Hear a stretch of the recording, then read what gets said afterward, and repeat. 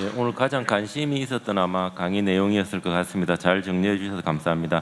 이번 강의에 대한 패널은 부산시 내과의사의 학술이사를 맡고 있는 선내과의원의 김성만 원장님, 그리고 전남의대 김형윤 교수님, 그리고 서울의대의 조현재 교수님이 해주시겠습니다. 김성만 원장님부터 한마디 부탁드립니다. 예, 강의 감사합니다. 저는 그 내분비 분과 전문이라서 당뇨 환자에 관심이 많습니다. 지금 보니까 약제 처방 중에 그 SGLT2 이니비터를 처방을 이제 비급여로 해야 되겠다는 생각이 드는데, 물론 한 달 약값 2만 원 듭니다 설명하고 하면은 되는데, 그거는 사실 큰 장벽은 아닌 것 같습니다. 근데 이 SGLT2 이니비터를 이제 사용하다 보면은 특히 고령 환자 65세 이상 되면 입마름이 많고, 그리고 뭐 많지는 않지만 비뇨 생식기 감염도 있습니다.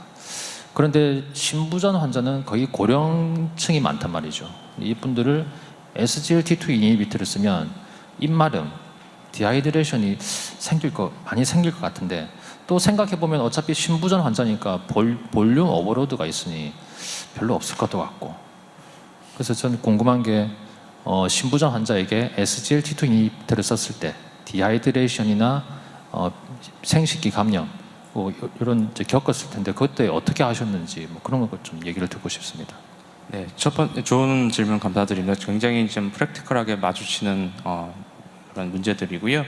그렇기 때문에 저희가 SGLT2 이니비터를 사용하게 되면은 그런 다이루틱스 용량을 좀 줄이는 것을 같이 고려를 합니다. 그래서 앞서 말씀드린 대로 볼륨 디플레이션이 더 잘 올 수가 있고, 그거에 따라서 AK가 또 더 잘 생길 수 있기 때문에 거기에 맞춰서 다이어티스를 좀 감소시킨다든지 디하이드레이션 징후가 나타나면은 그런 걸 또 같이 조절을 하고요. SGLT2 이니비터 단독 사용만으로 계속 아주 심각한 디하이드레이션이 좀 반복된 경우는 흔하지는 않은 것 같습니다. 그래서 그런 면이 있고, UTI 같은 경우에도 확실히 SGLT2 이니비터 사용하시는 여자 환자에서 조금 늘어나는 경향이 보이는데, 역시나 마찬가지로 인시던스는 그렇게 많지는 않은 것으로 알려져 있습니다. 그래서 뭐 다른 이제 합병증 케토네시도시스라든지 이제 리미스키미아 같은 경우에는 이제 거의 1% 미만, 0. 몇 % 정도 보일까 말까 하는 정도로 나타나기 때문에 안정성 면에서는 아주 그렇게 불안하게 사용할 수 있는 약은 아니라고 생각합니다. 네, 전남대병원의 김영윤입니다. 오늘 강의 내용은 이제 신부전학회에서 이번에 새로 나온 그런 가이드라인 내용을 종합해서 해주신 것 같은데요.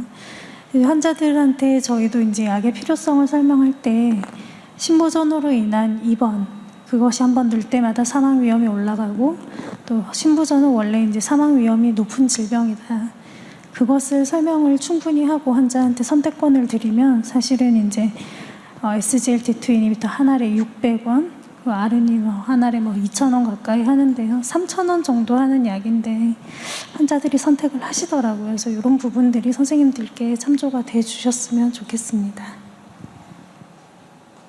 조현재 교수님. 네, 코멘트 말씀드리고자 합니다. 실제 환자분이 괜찮다고 하면은 클리니컬 이너샤라고 하는 단어가 있듯이, 환자분도 약을 추가하거나 용량을 바꾸고 싶어 하지 않고, 또 바쁜 와중에 또 환자한테 새로운 약을 추가하거나 용량을 증량하려고 피지션 입장에서도 설득을 하기가 쉽지 않은 게 우리의 현실인 것 같습니다. 그래서 처음에 치료할 때 이 4가지 약제가 로우 도즈라도 같이 들어가서 약제를 조금씩 타이트레이션 할 수 있게 첫 치료할 때 베이스를 잘 깔아두는 게 중요할 것 같고요.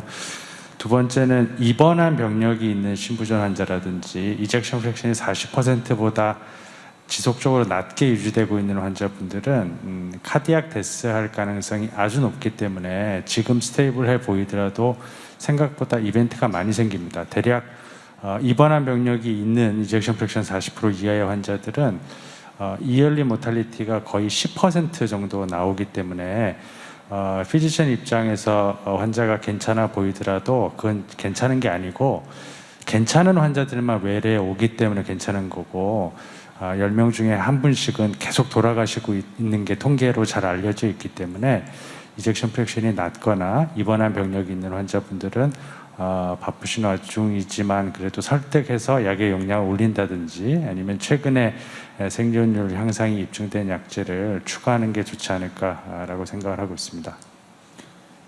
한 가지만 첨언 말씀드리면 지금 저희 이제 그 호필라 드럭이라고 해서 4가지 약제들을 다 사용하게 되는 경우가 많이 있는데 저희가 실제로 저희 병원에 다니고 있는 신부전 환자들 데이터를 보니까 특히 이제 SGLT2 이니비터 같은 경우 아까 김수만 선생님께서 말씀하신 것처럼 환자들의 인터럽을해서 중단하는 환자분들이 분명히 있습니다. 그래서 저희 한 800명 정도 환자들을 확인해 보니까 한 70명 정도의 환자분들이 여러 가지 이유로 뭐 제니털 인펙션이나 이 디하이드레이션이 굉장히 심하게 되는 이런 증상 불편한 감 이런 걸로 또 어떤 경우에는 이 처음에 이니셜리 키드니 펑션이 나빠지면서도 중단한 경우도 있고 그렇게 되는데요. 실제로 그런 경우가 보통 저희가 다이어리시스가 너무 심한 경우에는 다른 약들 좀 조절해가면서 쓰고 또 그런 또 이 제니탈 인펙션 같은 경우에는 환자분들한테 좀 더 설명을 해주고 또 특히 이제 캔디다 인펙션 같은 게 문제가 되기 때문에 설명하는 브로셔와 함께 그 안티펑갈 크림 같은 걸 같이 이렇게 처방해 주는 경우 좀 막을 수 있었던 것 같고요.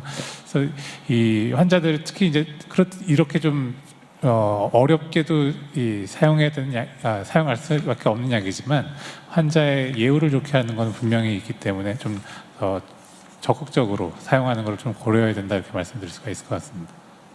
간단하게 제가 질문 하나만 드리겠습니다.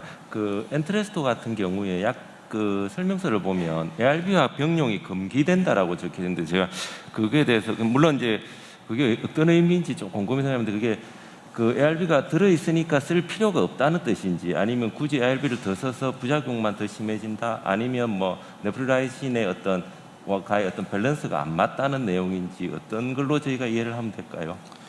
일단 ARB를 추가한다고 해서 역할이 더 이상 있지도 않고 엔지오이데마 등의 이제 부작용이 늘어난다 이렇게 생각하시면 될 것 같습니다.